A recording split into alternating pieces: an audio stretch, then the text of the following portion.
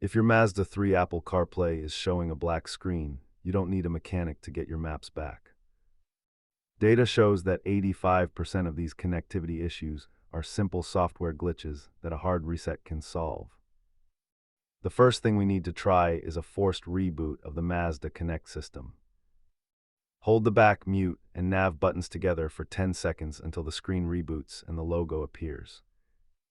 If the reset fails, inspect your cable for damage and ensure your iPhone port is free of pocket lint.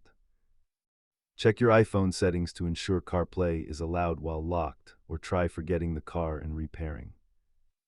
Distinguish between a hardware cable failure and a software bug to know which troubleshooting path to follow. A simple hard reset fixes over 60% of black screen reports, making it your most likely solution. If the screen is still black, try a full vehicle power cycle or a factory reset within the head unit settings. Keep a high-quality OEM cable in your car to prevent signal interference and future blackouts. Keeping your car and phone software updated is the best way to prevent CarPlay errors from returning. With your screen back online, you're ready to hit the road. Subscribe for more quick tech fixes for your ride.